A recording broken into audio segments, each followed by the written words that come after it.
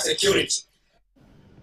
Nacho chama cha ODM kwenye kaunti ya Kilifi kimetangaza kwamba kuwa na mgombea katika nyadhifa zote kwenye uchaguzi mkuu wa mwaka 2027 isipokuwa tu ya wadhifa wa urais. Mwenyekiti wa ODM kwenye kaunti ya Gavana Gideon Mung'aro amesema wataanzisha kampeni ya kuhamasisha wanachama na wapiga kura mashinani ili kufanikisha hilo. Aidha, Seneta Stewart Madzayo amesema ODM haitawasilisha mgombea urais mwaka ujao kutokana na makubaliano ya serikali jumuishi na badala yake itamuunga mkono Rais William Ruto kwa muhula wa pili. Hata hivyo, amesema chama hicho kitakuwa na mgombea wake wa urais katika uchaguzi wa mwaka 2032. Viongozi hao pia wamewaonya wanachama dhidi ya kuhama vyama mara kwa mara. ODM imesema nafasi za gavana, seneta na mwakilishi wa kike zitalindwa, lakini itawasilisha wagombea katika nafasi nyingine zinazoshikiliwa na UDA, hatua ambayo inatarajiwa kuibua ushindani ndani ya serikali jumuishi.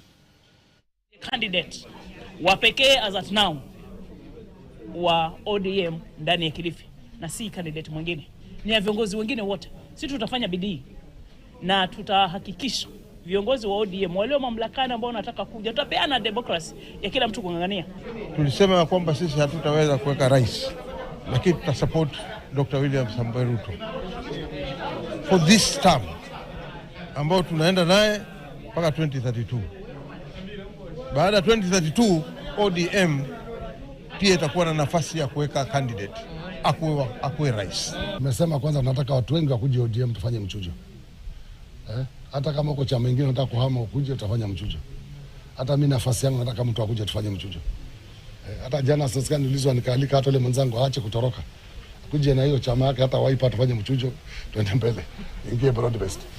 Si ndio? Ndio tufanye kuwa na nguvu.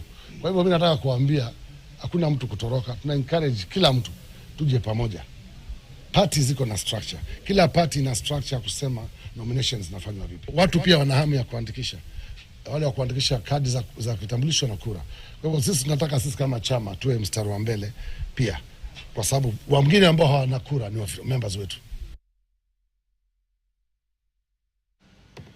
Naam, tuelekee kaunti ya